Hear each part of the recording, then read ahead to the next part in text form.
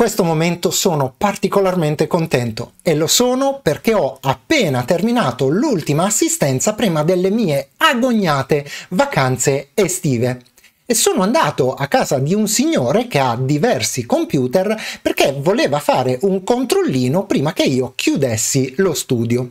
Ebbene, sono andato lì e ho controllato tutti quanti i computer, ma lui era particolarmente fiero di un nuovo computer che aveva appena acquistato e che aveva collegato per la prima volta tutto da solo e funzionava perfettamente. A suo dire. E sì, perché nel momento in cui mi sono seduto davanti a questo computer mi sono immediatamente accorto che c'era un qualcosa che non andava. E questo qualcosa erano i tipici 3 errori che fa una persona inesperta quando collega un computer per la prima volta e tralascia alcuni dettagli molto ma molto importanti. Vuoi sapere quali sono? Andiamo a vederli insieme. Ti senti pronto? Iniziamo. La prima cosa di cui mi sono accorto appena mi sono seduto davanti al monitor era che le prestazioni della scheda video di questo computer erano decisamente inferiori a quelle che avrebbero dovuto essere. Mi è sembrato abbastanza strano, ma non inusuale. Infatti, appena ho guardato sul retro del computer, mi sono accorto di questa cosa qui. Il monitor era stato collegato sulla scheda video sbagliata. Cioè, se il tuo computer è dotato di una scheda video aggiuntiva, questa dovrà utilizzare lo slot orizzontale, quello che ti sto indicando in questo momento. Lo slot verticale appartiene alla scheda video integrata sulla scheda madre che solitamente, naturalmente, ha delle prestazioni molto ma molto inferiori. La seconda cosa di cui mi sono accorto era che le prestazioni del computer non erano assolutamente quelle che avrebbero dovuto essere.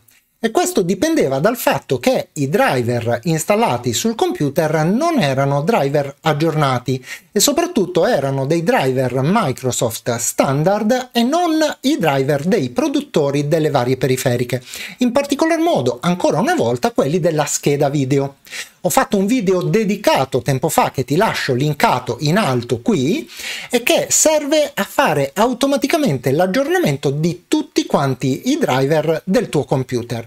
Ti consiglio vivamente di dargli un'occhiata. La terza cosa di cui mi sono accorto è che in basso a destra, vicino all'orologio del sistema, dove c'è la cosiddetta System Tray, c'era una situazione di sovraffollamento di programmi non necessari, molto simile a questa che ti mostro qui. Ebbene, in questi casi noi dobbiamo sapere che quando acquistiamo un nuovo computer i produttori vanno ad aggiungere un sacco di software commerciale che in realtà non solo non è necessario, ma rallenta anche le prestazioni dei nostri computer.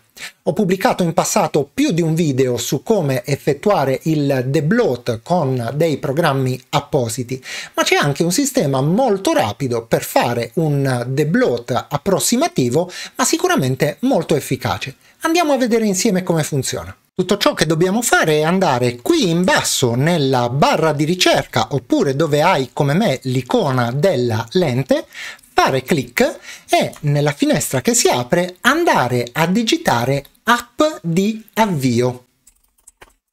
Vedrai che ti comparirà un risultato come questo che dice app di avvio impostazioni di sistema. Facciamoci clic su e nella finestra che si aprirà avremo l'elenco di tutti quanti i programmi che vengono automaticamente avviati con il nostro Windows. Quello che dovremo fare sarà semplicemente andare a disattivare, come sto facendo io, tutti quelli non necessari, lasciando solo ed esclusivamente quelli che ci servono per l'uso del computer. Una volta finito ci basterà chiudere e riavviare il computer, che sarà decisamente più veloce rispetto a prima. E con questo si conclude questa piccola serie di video che ho voluto realizzare per tenerci reciprocamente compagnia nel corso del mese di agosto. A partire dalla prossima volta non solo riprenderà la programmazione normale a cui siamo stati abituati nel resto dell'anno, ma si aggiungeranno delle piccole sorprese e delle piccole novità che spero ti faranno piacere. E detto questo, siamo arrivati al termine anche di questo video e come sempre non mi resta che ringraziarti per aver trascorso questo tempo insieme a me, salutarti e darti appuntamento finalmente alla prossima!